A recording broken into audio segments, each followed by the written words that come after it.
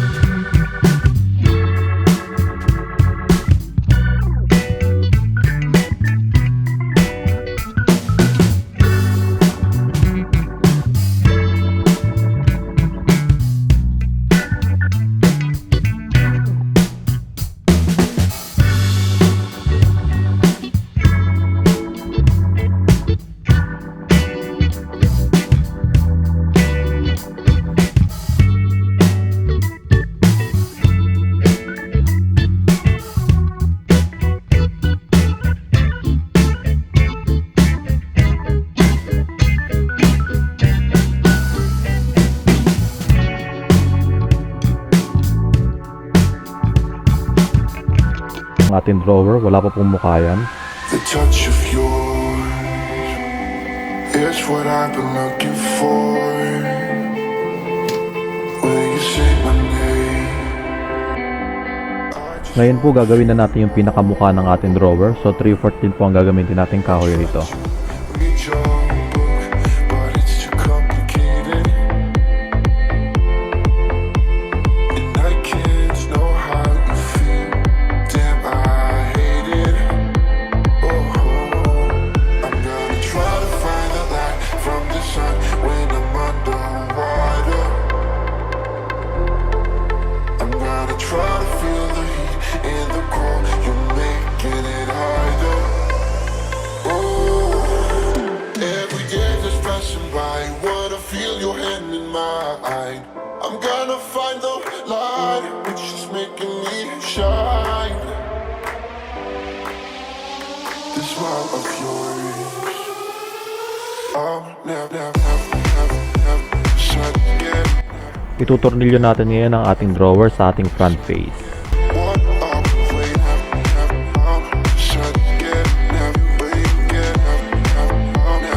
Then ikakat naman natin yung sa ibabaw, parang magiging design na rin siya at the same time siya na rin yung magiging handle natin sa paghugot ng drawer.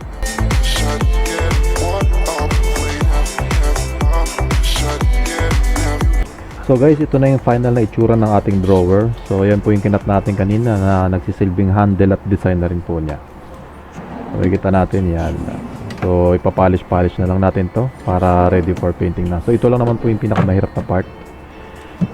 Yung ibabaw naman is ipapatong lang naman yun. So gagawa rin tayo ng stand para dun sa kabilang paa. So yun naman ang isunod natin. So yung ipang papa natin sa kabila is simple lang. Parang retaso lang to ng ating mga sobra sa ating plywood. So ang gagawin natin dito is 4 inches. So pagpapatungin lang natin to para kumapal, para maging 2x4 ang kinalabasan niya.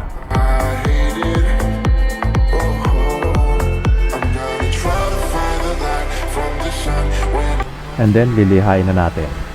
So yung pagliha ko dito, nagsimula ako sa 120 and then i-finish ko ng 240.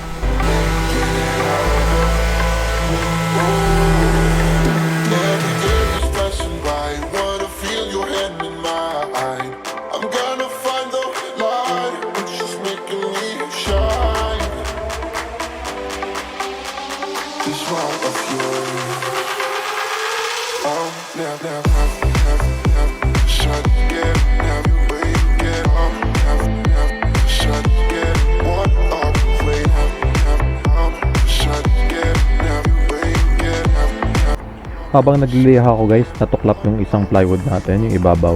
So kumuha ako dun sa mga retaso. Kuha lang ako ng ibabaw niyan and then kakat ko ng kasukat dun sa ating lumubog na part.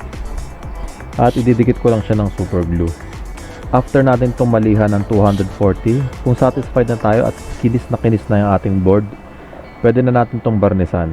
So pwede natin kapalan yung varnish dito para ito na yung magsisilwing pakintab natin.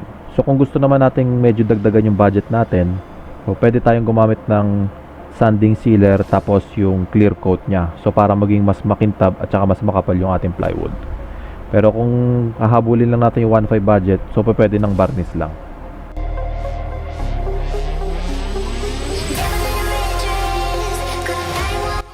So makikita nyo guys, medyo makintab na rin naman kahit varnish lang to. So dalawang coat lang to ng varnish. So ang gagawin ko dito is para mas kumapal pa siya, gagamit ako ng sanding sealer tsaka clear coat. So gagamitan ko ng spray to. Naglagay din ako ng vinyl para sa gilid edging nya para mas maganda tingnan. Ngayon gagamit tayo ng ating portable spray, ang Wagner. So ilalagay lang natin dito ang ating sanding sealer.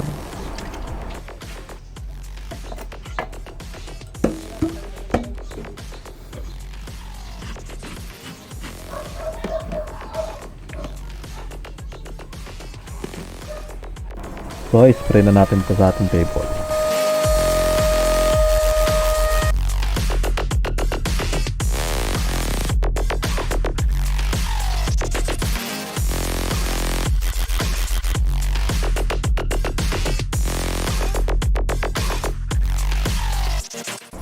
Mga after 30 minutes guys, lilihain ulit natin ito ng 240. Then, pag pinunasan natin, unti-unti na natin makikita yung kikintab na siya. Then ready na tayo mag-spray ng ating clear coat. So ang gagawin natin sa clear coat is dalawang coating. Every 30 minutes po ang per coat natin.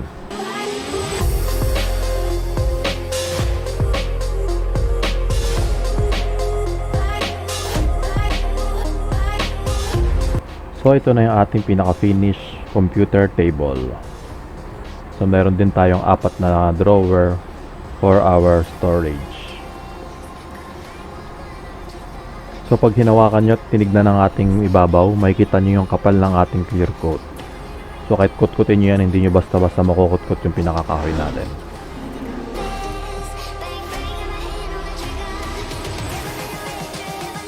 So after nyan guys, pwede natin lagyan ng LED ang palibot ng ating table para mas gumanda at magkaroon ito ng design. So pinaikot ko yan dyan pati sa ilalim.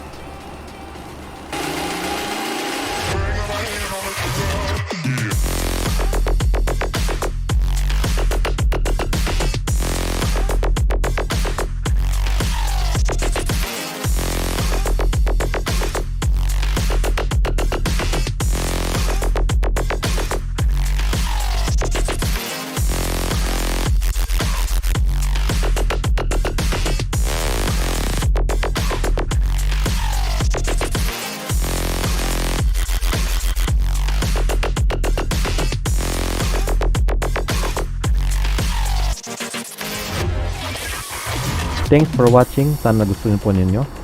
Don't forget to like, comment, and subscribe guys. This is Chris Random Technology. Hope to see you in our next video. God bless.